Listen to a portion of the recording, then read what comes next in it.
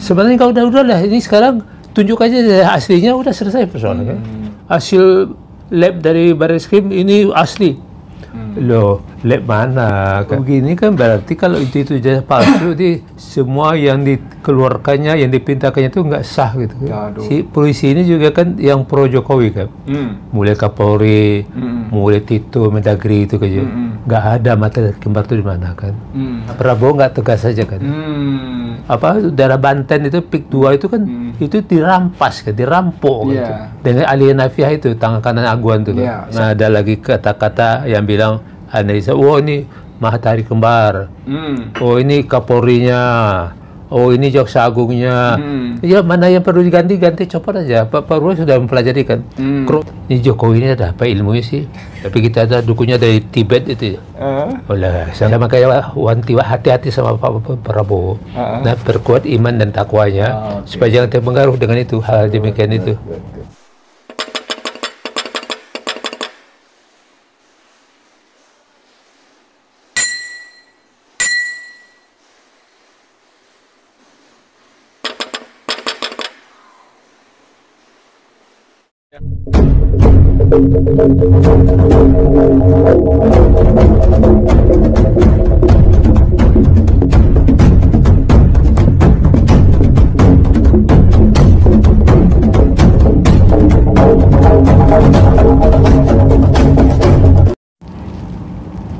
Bismillahirrahmanirrahim. Assalamualaikum warahmatullahi wabarakatuh.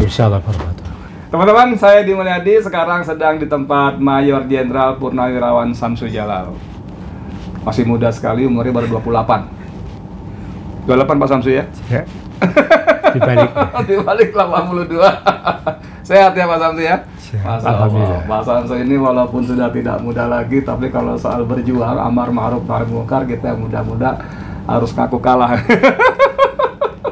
Ini ngomong-ngomong, tunggu.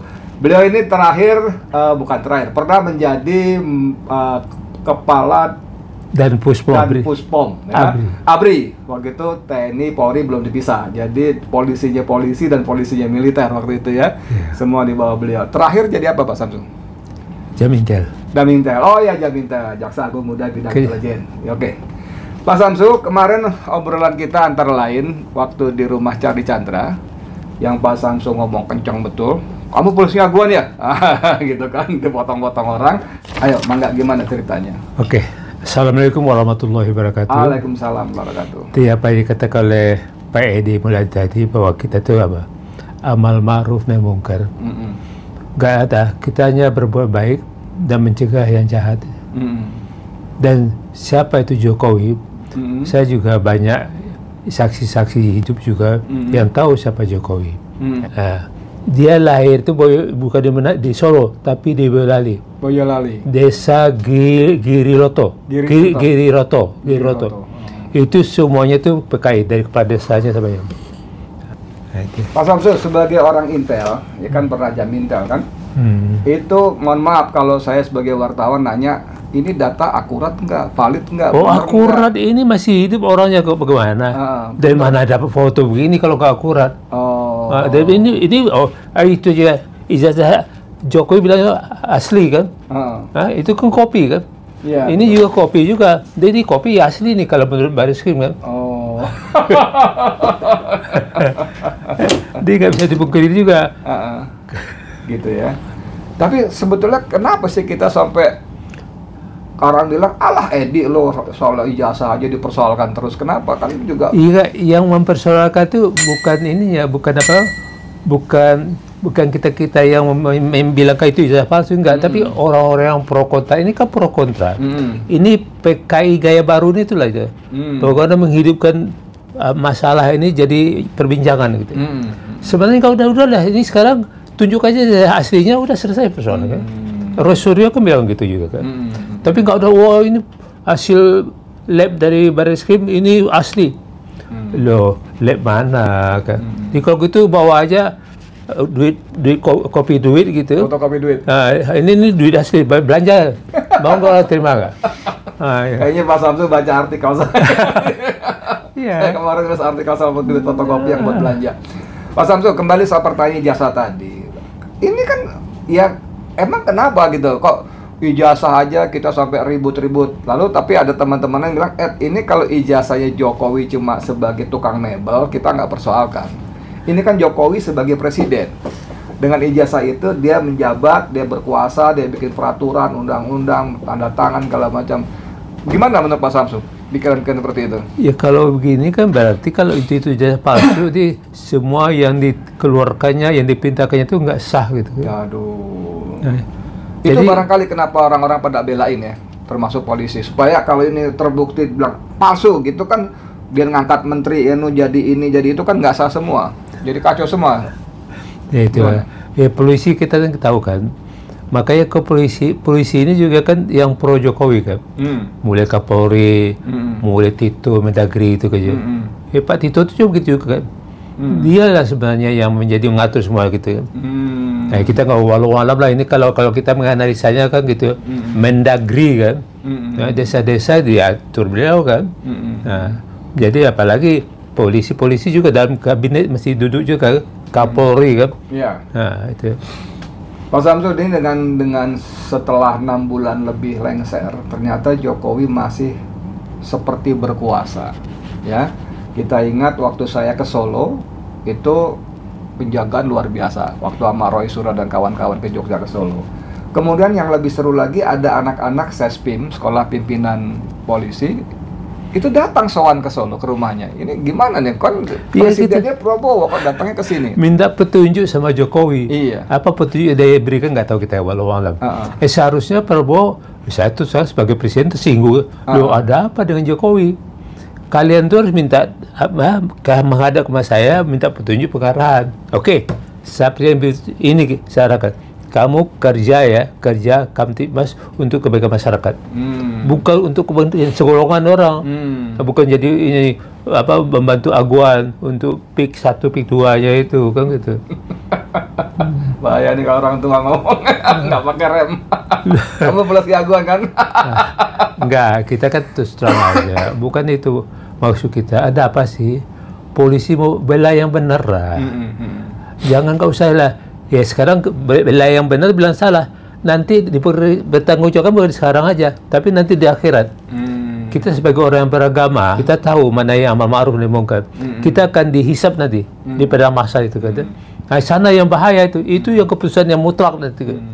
Kita di dunia boleh berleha-leha lah. Wah ini benar kok, ini benar. Yang salah ini benar kok. Ya jajah salah itu benar. Ya udah nanti aja. Oke. Ya teman-teman sekalian, Pak Samsul Jalal ini AKABRI tahun 65 ya? 65 tahun, bukan AKABRI, AMN 65. AMN, Akademi Militer Nasional ya? Iya, 65. Tahun 65. Sementara Prabowo tuh lulus tahun 74. Ya. Jadi 9 tahun lebih dulu ya. Nah, sebagai seorang senior yang sekarang junior jadi presiden, Pak Samsul mau kasih nasihat apa sama Prabowo? Saya salut sama Pak Prabowo. Maka kita harapkan Pak Prabowo pokoknya laksanakan tugas sebagai presiden yang baik. Kita berdoa semoga Prabowo sehat selalu, panjang umur kayak gitu ya, dan bisa menjadikan negara NKRI negara yang baik, adil dan makmur. Ya, lapangan pekerjaan terbuka dan semua masalah semua bisa terselesaikan dengan baik, dan nggak ada yang ibaratnya kalau pisau itu ibarat tajam ke bawah, tumpul ke atas gitu. Pokoknya hukum di Indonesia ini sama. Harus berkeadilan. Harus berkeadilan. Tapi kan dengan teman-teman lain kemarin, para senior lain kan tanggal 17 April itu kan bikin seruan yang seru sekali, 8 pernyataan.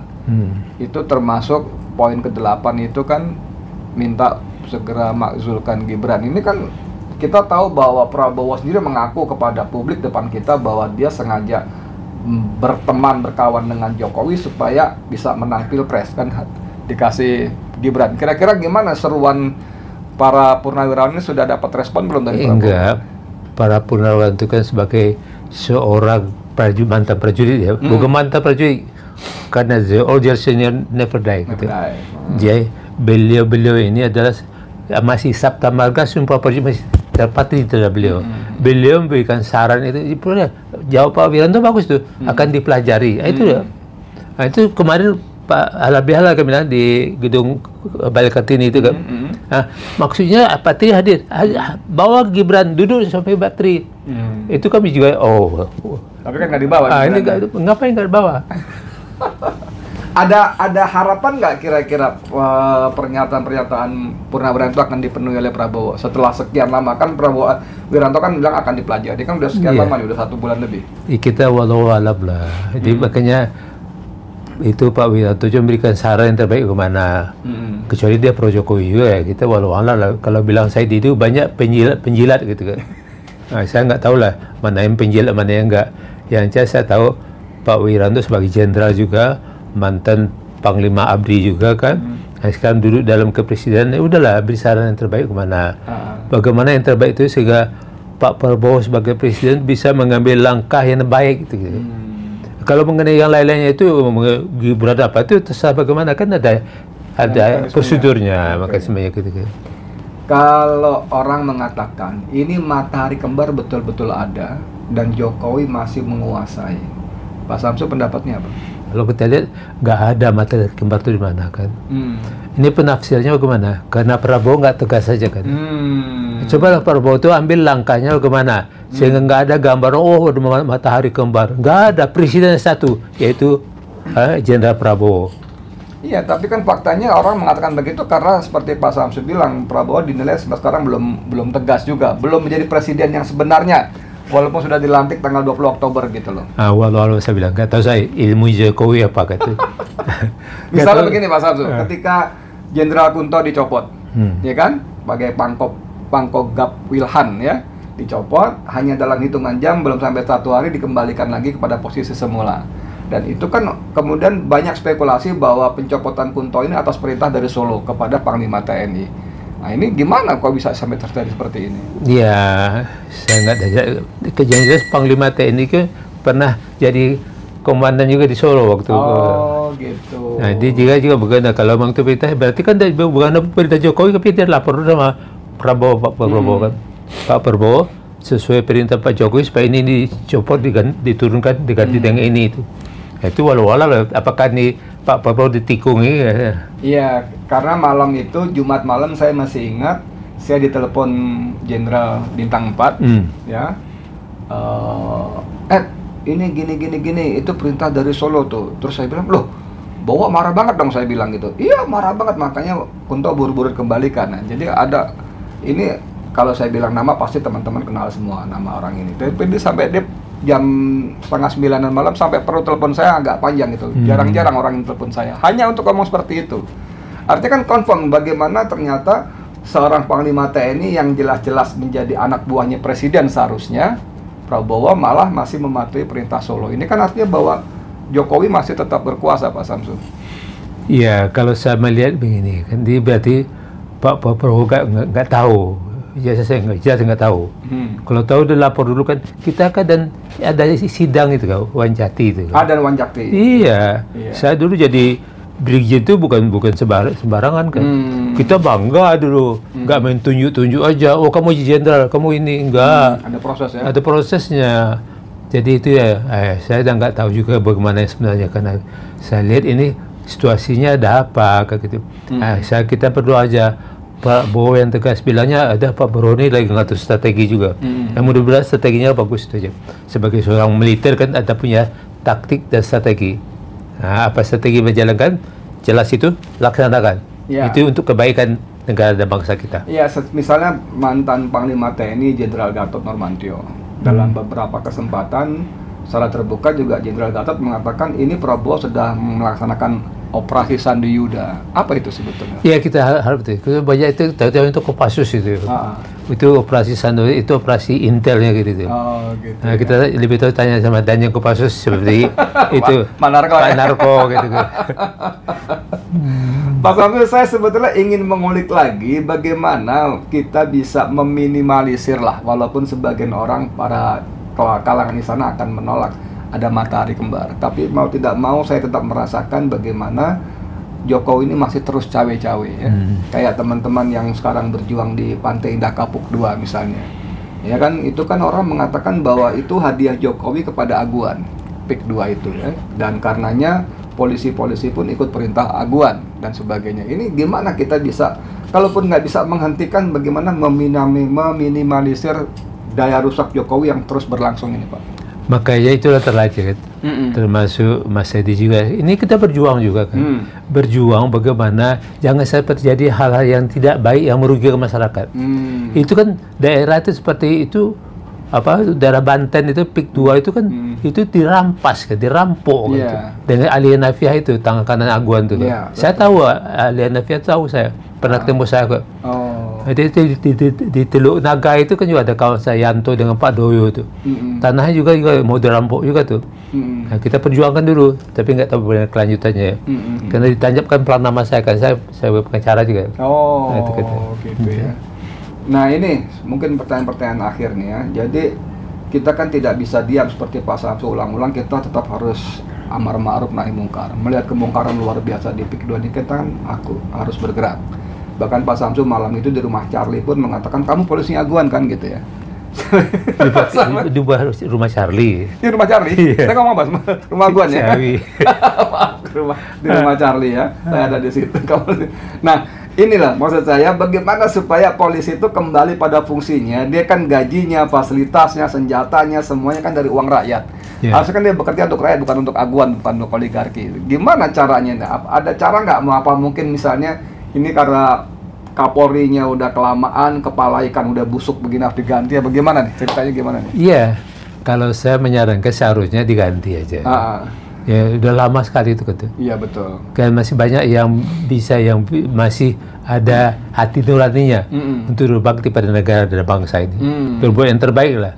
Jadi nggak semua polisi jahat ya? Nggak semua polisi jahat. Masih ada yang bagus-bagus ya? Iya, masih banyak yang bagus kok. Nah, ini yang kita harapkan. Jangan semalam bagaimana polisi itu betul-betul menyenangi masyarakat gitu. Jadi pengayom, jadi pengayom pelindung masyarakat gitu. Kalau orang banyak mengatakan ini pangkalnya adalah Sigit Listio Prabowo yang belum juga diganti. Dan saya kira Prabowo pun pasti sudah mendengar ini. Tapi kenapa sampai hari ini belum diganti juga, kira-kira apa sebabnya? Nah, ini saya bilang mungkin Prabowo punya taktik dan strategi strateginya kan. Seperti operasi Sandi Yuda itu kan. Gitu ya. Nah, kita harapkan begitu. Kelamaan Pak Samsu. Enggak, memang segala sesuatunya mau dipikir matang-matang gitu. Gitu ya. Jadi kita harapkan begitulah. Di bagaimana Pak Prabowo segera mengambil sikap. Ya, jangan ada lagi kata-kata yang bilang analisa, oh ini Matahari Kembar. Oh ini Kapolrinya. Oh ini Jaksa Agungnya. Ya mana yang perlu diganti copot aja. Pak Prabowo sudah mempelajari kan. Korupsi itu jadi mana? Itu kan kalau orang bilang saya dibilang 80% itu yang sekarang duduk di kabinet itu kan orang-orang yang bermasalah. Saya kan sebagai warga negara rakyat biasa, kan saya berpikir sebagai presiden kan berkuasa penuh, mendapat mandat konstitusi, punya hak prerogatif, didukung katanya 58% pemilih. Kalau saya jadi presiden, jadi Prabowo, Sigit, kamu copot, ganti si Anu, kan apa susahnya? Misalnya nih, pikiran sederhana saya begitu, itu gimana tuh? Iya, seperti rakyat biasa ya. Gampang aja pikir ini kayak boleh saja. Itu analisa, ini cuma bukan saran. Nah, ini dibahas oleh Pak Prabowo sama stafnya kan. Itu kan banyak Menhan ada, Pak Wiranto ada, menteri-menteri yang masih dianggapnya untuk diskusi membahas itu kan lebih bagus. Jadi bagaimana musyawarah mufakat mesti tetap berjalan oleh Pak Prabowo. Sebagai penutup Pak Samsu mau kasih nasihat apa buat kita rakyat Indonesia, buat Prabowo dan buat Jokowi? Sekarang buat rakyat dulu. Untuk rakyat masyarakat itu kita mencintai negara kita kan, negara yang adil makmur, negara yang kaya. Tapi sekarang negara kaya tapi rakyatnya miskin gitu. Jangan sampai terjadi ini. Makanya Pak Prabowo tolong jaga ini. Dan untuk masyarakat, untuk mari kita sama-sama. Kalau ada yang nggak baik, ya kita sarankan lah. Dan polisi kalau ada yang demo untuk kebaikan, udahlah terima, arahkan mereka, udah bubar gitu. Yang ada digebukin, jangan ditangkap, jangan digebukin, apalagi ditahan gitu. Nggak ada. Soalnya apa yang kita lakukan yang tidak baik, ya amal nahi mungkar itu pasti ya di sini aman di dunia ya, tapi nanti kita orang beragama di akhirat nanti. Perhatikan ini. Nah, saya sebagai orang yang beriman Islam gitu ya udah yang pertama kita amal ma'ruf nahi mungkar. Kita berdoa aja. Ya kita nggak bisa berbuat apa-apa, ya saya berdoa, ya Allah berikanlah kemampuan kepada presiden kami ini untuk berbuat yang terbaik untuk kemajuan rakyat dan masyarakat dan negara dan bangsa ini. Kalau nih pertanyaan terakhir, kalau ini kan kita hampir semua sepakat nih bahwa penguasa sekarang ini dianggap Jokowi jilid 3, ya, dianggapnya gitu. Nanti Pak Samsu mau setuju mau nggak, monggo aja. Tapi artinya rakyat memang tetap merasa terkekang, kebebasan berpendapat masih rasa dibungkam kalau macam, walaupun tidak seperti zaman Jokowi. Kalau kondisi ini terus berlanjut, apa yang bisa kita lakukan selain tadi menasehat, berdoa? Kan harus ada upaya-upaya yang innallaha la yughayyiru ma biqaumin hatta yughayyiru ma bi anfusihim. Sesungguhnya Allah Amin. tidak mengubah nasib sebuah kaum, satu kaum sampai orang itu, kaum itu mengubah diri sendiri. Jadi Ya, kita betul, harus betul. usaha, nggak cukup hanya berdoa. Ya, Pak Samsu.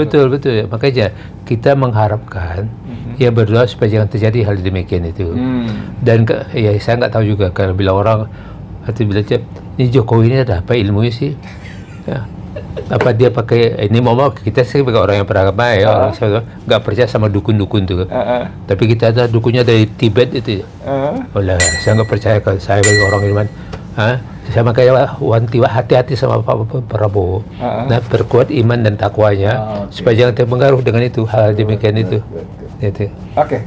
Teman-teman sekalian, begitu nasihat dari orang tua kita, Jenderal Samsu Jalal, baru 28 tahun usianya, 82. Semoga Allah beri beliau kesehatan. Amin. Ya, amin, kesehatan. Kemudian terus membina, membimbing kita dalam tegak lurus amar ma'ruf nahi munkar ya. Iya. Pak Samsu ya.